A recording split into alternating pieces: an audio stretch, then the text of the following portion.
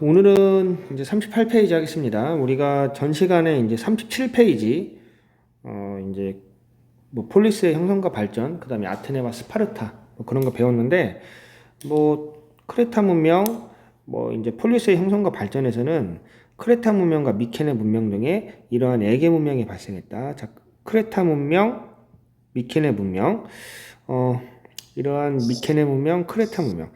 이러한 뭐 이제 문명을 이제 에게해에 있다고 해서 에게 문명이라고 불리고요. 에게 문명이라 불리고요. 미케네 지역에 있었다고 해서 미케네 문명, 크레타 지역에 있다고 해서 크레타 문명이라 불리는 거고요. 자, 그리고 이제 이후에 이제 이러한 문명들이 이제 몰락을 했죠. 이제 미케네나 크레타 이러한 문명이 몰락하고,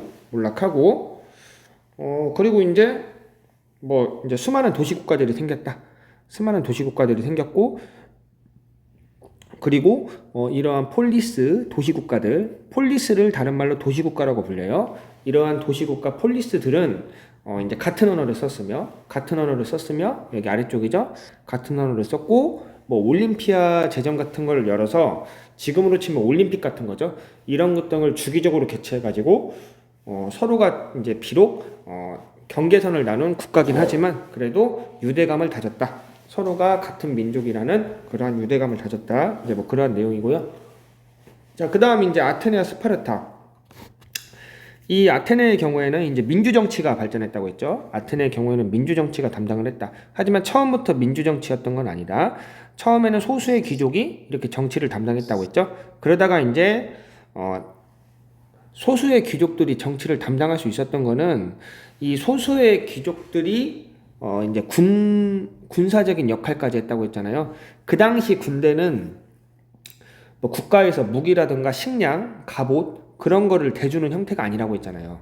그런 거는 직접 본인이 스스로 본인의 자비로 마련을 해야 된다고요. 무기, 갑옷, 뭐 여러 가지 식량 같은 거. 자, 그래서 주로 이 부자인 사람들, 특히나 이 귀족들이 주로 이러한 군사적인 역할까지 했던 거죠. 자, 그래서 적들의 침입을 막아주고 영토를 또 확장해주는 그러한 이제 군사 역할까지 하다 보니까 이러한 뭐 귀족들의 위상이 높아질 수밖에 없었고요. 당연한 거고요. 지금의 좀 뭔가는 좀 다르죠. 지금은 돈 많고 빽 있으면은 절대 군대 안 가려고 하잖아요. 자, 어쨌든 지금하고 다른 모습. 그다음 그러나 이제 무역과 상업활동으로 부유해진 평민들, 이러한 무역, 여기 지중해 지역이 무역하기 좋다고 했잖아요. 그리고 지중해를 중심으로 이 지중해가 무역하기 좋다고 말했고, 우리 이전에 페니키아 기억나죠? 페니키아. 이 페니키아도 지중해 지역에 위치해 있기 때문에 상당히 이 무역활동으로서 많은 부를 축적했다고 합니다. 어쨌든 지중해 하면은 무역의 중심지라고 떠올리시면 돼요. 이 지중해는 앞으로도 계속 나올 거예요. 그러니까. 자, 그래서 이러한 무역과 상업활동으로 부유해진 평민들이 이제 자신의 부유해진 부를 바탕으로 해서 스스로 무장을 해서 이렇게 전쟁에 참여하였고, 자, 그래서 이제 평민의 지위가 당연히 높아질 수밖에 없었다. 이 다른 이민족으로부터 국가를 지켜주고, 그리고 영토를 확장하면서 정복하는 이러한 군사적인 역할까지 이제 상업활동으로 부유해진 이제 평민들이 맡게 되면서 이제 뭐 평민의 지위가 높아졌고, 그래서 당연히 평민들의 정치 참여 요구가 있게 됐고, 평민의 정치 참여가 확대되면서 민주정치가 발전할 수 있었다. 자, 그래서 민주정치가 발전할 수 있었던 결정적인 이유는 이 상업활동으로 부유해진 평민들이 스스로 무장하고 전쟁에 참여하면서 당연히 지위가 높아지고 정치 참여 요구도 높아지고, 자, 그래서 이제 아테네가 민주정치가 발달했고요. 그리고 아테네의 민주정치는 이 페리클레스 때 황금기를 맞이했다고 했죠.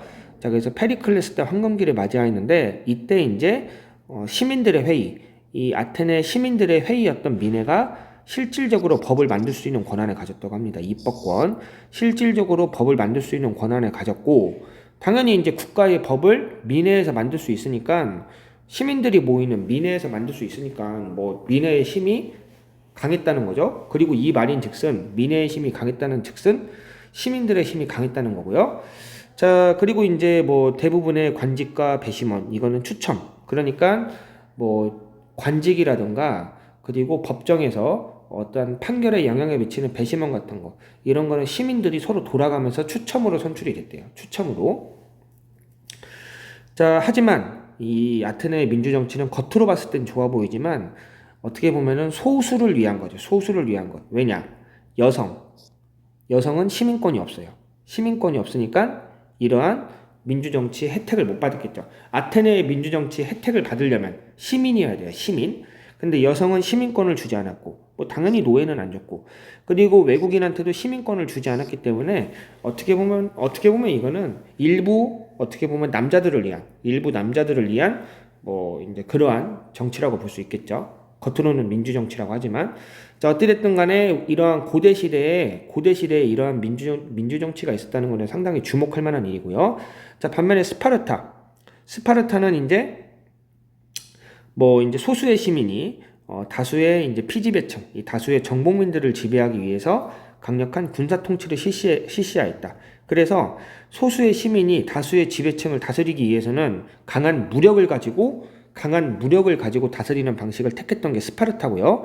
그러니까 이 소수의 시민들은 어렸을 때부터 당연히 엄격한 군사훈련을 받아야 되고요. 그래서 스파르타는 자연스럽게 군사력이 뭐 강해졌고, 자, 그리고 이제 스파르타에서는 왕과 귀족들이 정치를 담당했다고 해요. 왕과 귀족들이.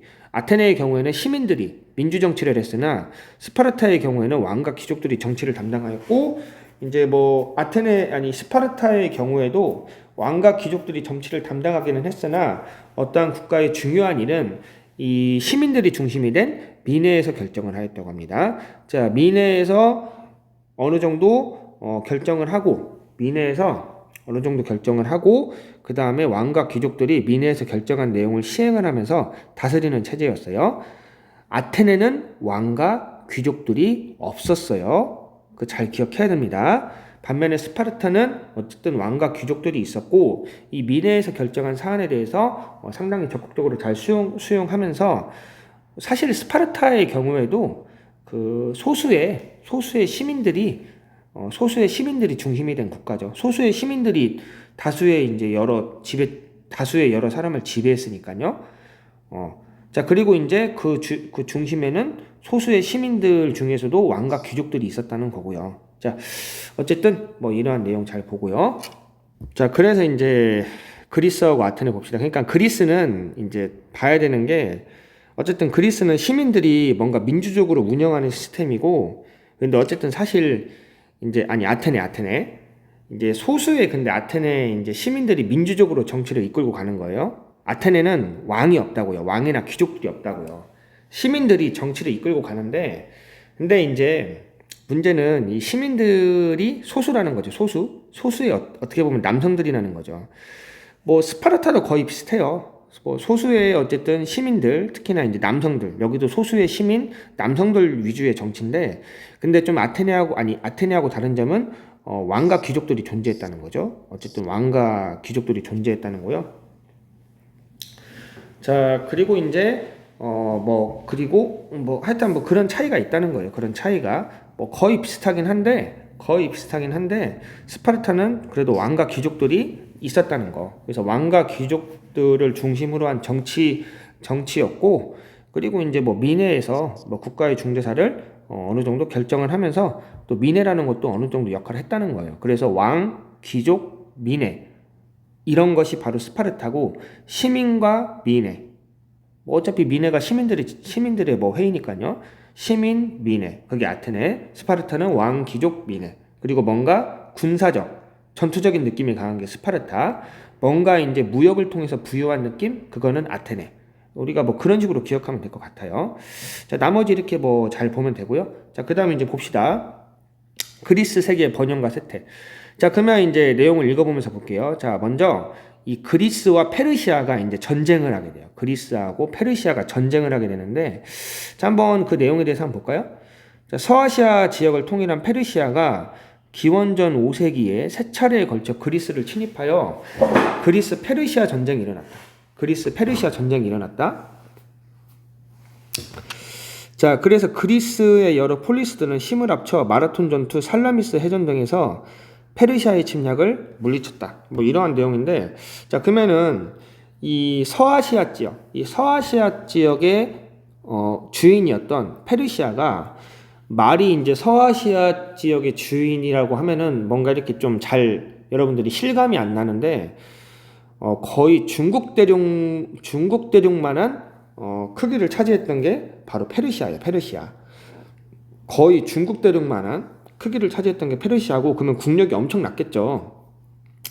자, 그래서 이러한 페르시아가 뭐 이제 기원전 5세기에 그리스를 3번 침입했대요. 3번. 이 그리스를 3번 침입하고 이거를 이제 그리스 페르시아 전쟁이라고 불립니다. 그리스 페르시아 전쟁.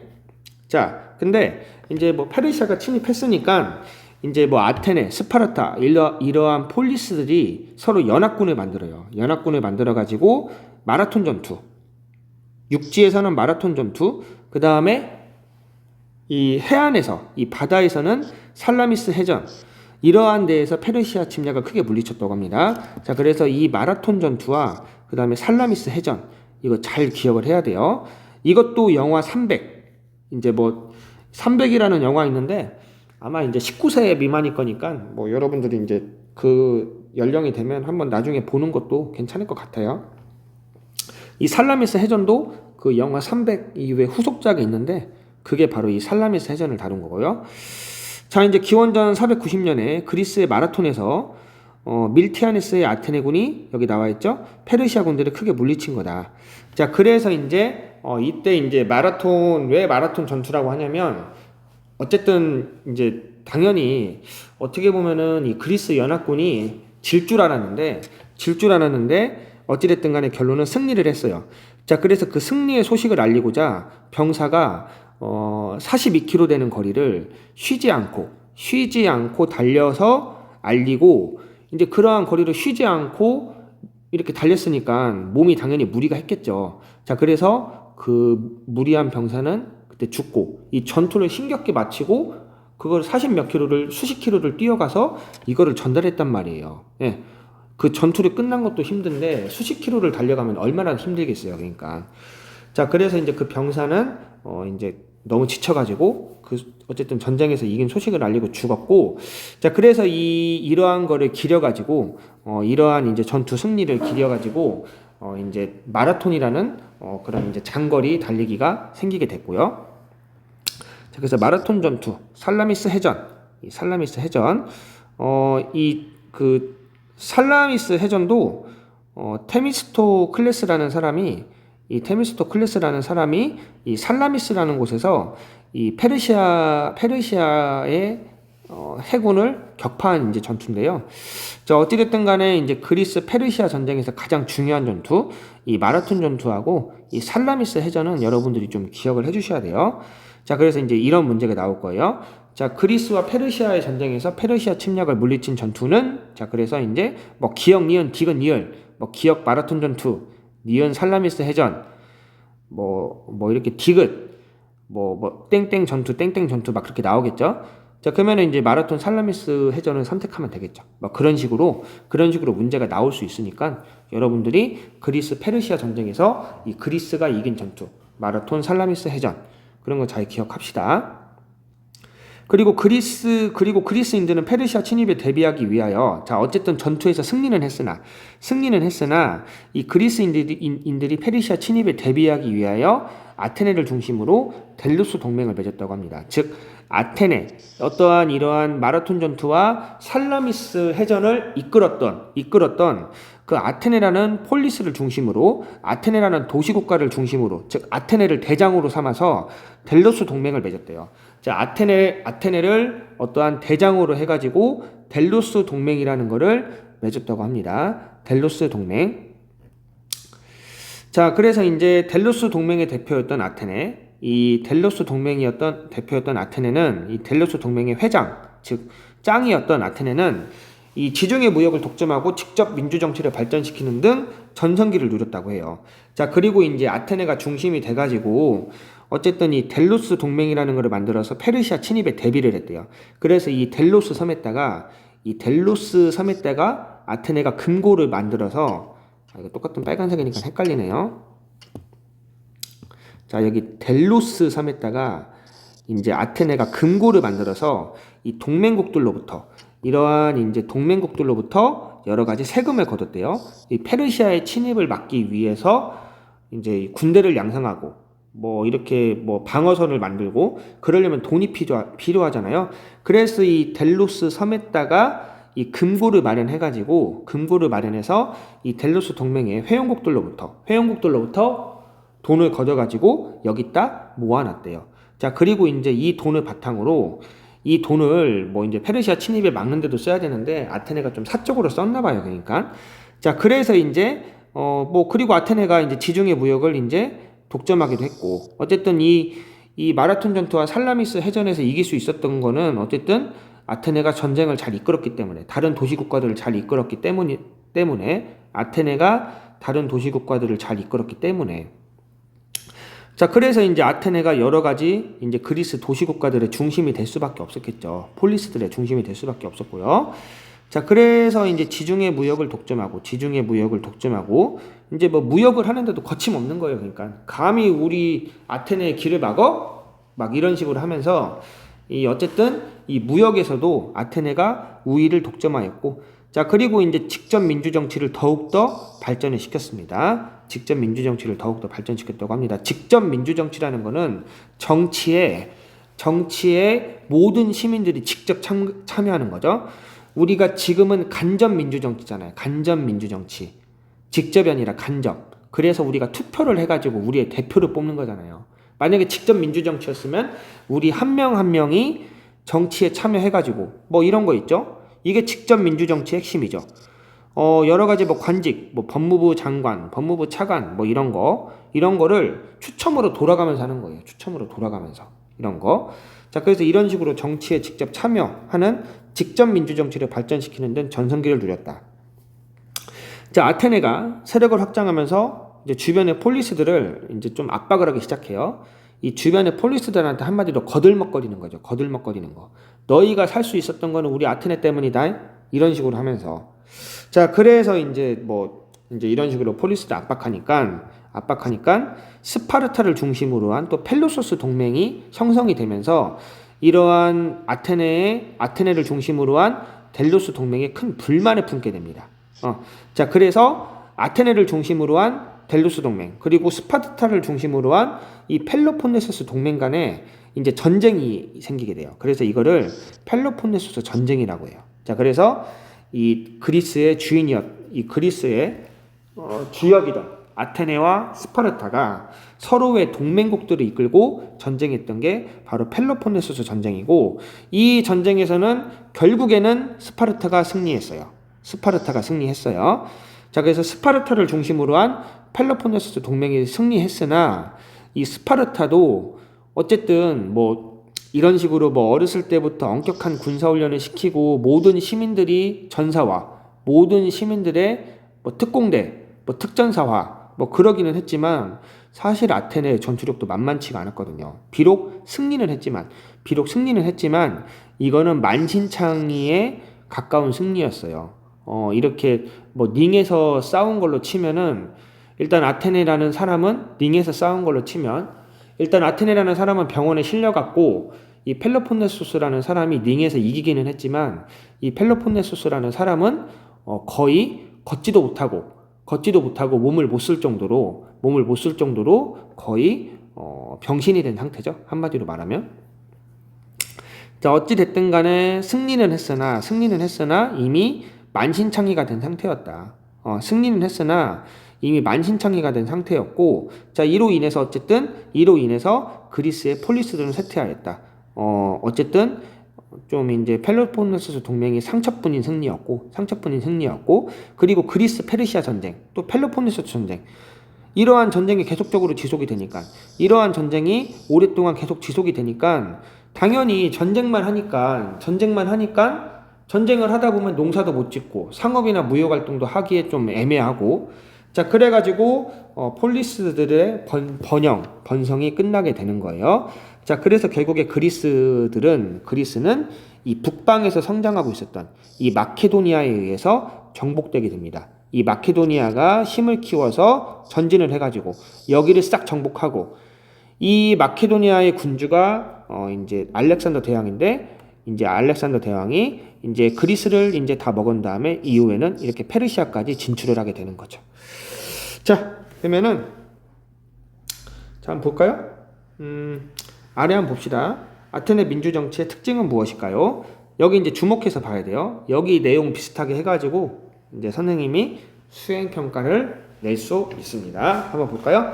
자, 아테네 민주 정치의 발전 과정을 나타낸 것이다. 이를 보고 물으면 답해보자. 자, 이제 아테네 민주 정치의 발전 과정이 있는데 솔론이 있고 클레이스테니스가 있고 페리클레스가 있어요.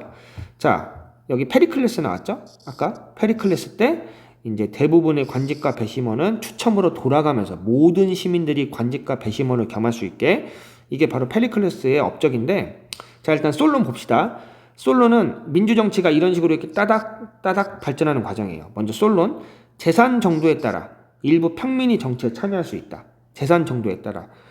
이전까지는 그래도 이 귀족들이, 이 소수의 귀족들이 정치를 담당했다고 했잖아요. 자, 그러다가 이제 뭐 부를 축적한 평민들이 이제 뭐 전쟁에 참여하고 그래서 정치 참여를 요구하였고 그런 게 있다고 했는데, 이 솔론이란 사람 때부터 자, 그래, 그러면은 너희가 평민들이 그래도 무장을 하고 전쟁에 나가서 고생을 해주니까 그러면 재산 정도에 따라 이 재산이 많으면은 높은 관직에, 그리고 낮으면은 낮은 관직에, 이런 식으로 재산 자격에 따라 관직에 나갈 수 있게 해주겠다. 그렇게 이제 솔론 때 이 재산 자격에 따라 어쨌든 정치에 진출할 수 있게 해줬고요. 그래서 솔론, 재산 자격에 따라 정치에 진출할 수 있게 했다. 자, 그리고 이제 봅시다. 그 다음에 이제 솔론 다음에 클레이스테네스인데, 이제 클레이스테네스는 좀 민주 정치를 솔론보다는 더욱더 발전시킨 사람이에요.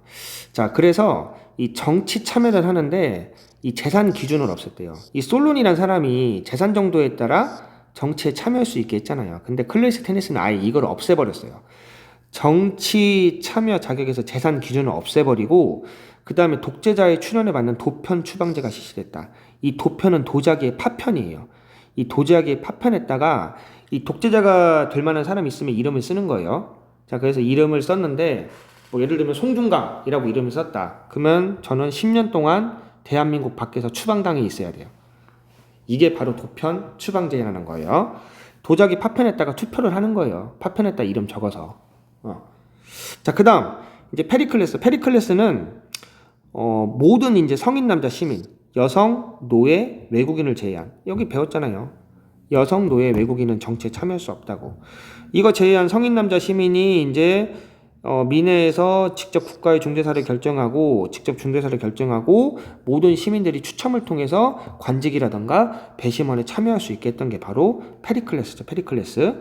그래서 이 사람이 이런 말을 했어요. 우리의 정치제도가 민주주의라고 불리는 이유는 권력이 소수가 아닌 시민 전체의 손안에 있기 때문입니다. 근데 함정은 어쨌든 이 시민도 다수가 아니라 소수라는 거죠. 어쨌든 왜냐하면 여성 제외하고 노예 제외하고 외국인 제외했잖아요. 그러니까 노예가 있는데 무슨 민주정치입니까? 어쨌든 이건 뭐 그런 거고 한번 볼까요? 자, 이거 중요합니다. 아테네 민주정치의 특징을 찾아보고 오늘날의 민주정치와 비교해보자. 자, 아테네 민주정치의 먼저 특징을 그럼 봐야겠죠?